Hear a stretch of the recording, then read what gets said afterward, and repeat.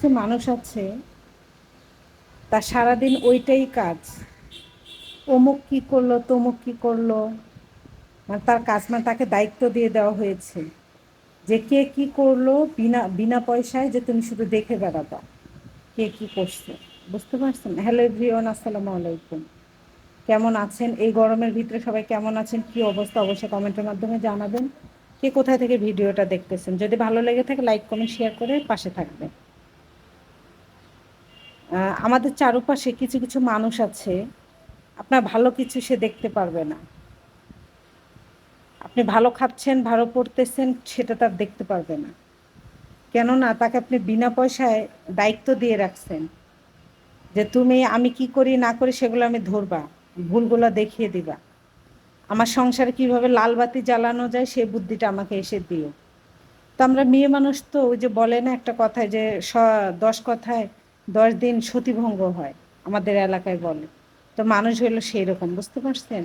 ভালো খাওয়া, ভালো পড়া, এটা দেখতে পারবে না, কেননা তার তো কাজ ওইটা। তার ওই যে একটা খারাপ ভাষা আসে, এটা বলা যাবে না, মানে তার ভিতরেই দুনিয়ার ভুল সে মানুষের ভুল ধরে বেড়ায়। হ্যাঁ, এরকম আমাদের সমাজে, আমাদের আশেপাশে এরকম অনেক মানুষ আছে। তা আসলে এগুলো দেখলে খুব খারাপ লাগে যে তোমার মতো তুমি থাকো, আমার মতো আমাকে থাকতে দাও না। ঠিক আছে, কিন্তু না, তার সহ্য হবে না। স্বামীর সাথে সুখে শান্তিতে আছি, এটা তার সহ্য হবে না, কারণ তার কাজ ওইটা।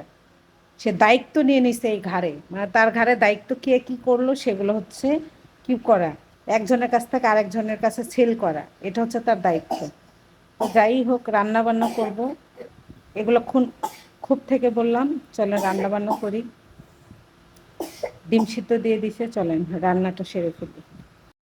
তো আমার ডিম সিদ্ধ হয়ে গেছে, তারপর হচ্ছে যে এখানে একটা ডিমের কিন্তু কি বলে ডিম বের হয়ে গেছে। তো যাই হোক, এদিকে লাউ শাক সিদ্ধ করতে দিচ্ছি আমি। এখনকার লাউ শাকগুলো কিন্তু আগের মতো মজা লাগে না, না। আর আমি হচ্ছে রাত্রে রান্না করতেছি গাইস, আমার মানে গরমের জন্য আর প্রেশারও আমার হচ্ছে নেমে গেছে, এত পরিমাণে মাথা ঘোরাচ্ছে, আমি দাঁড়াইতে পারতেছি না, পেঁয়াজ কুচি করে রাখছি।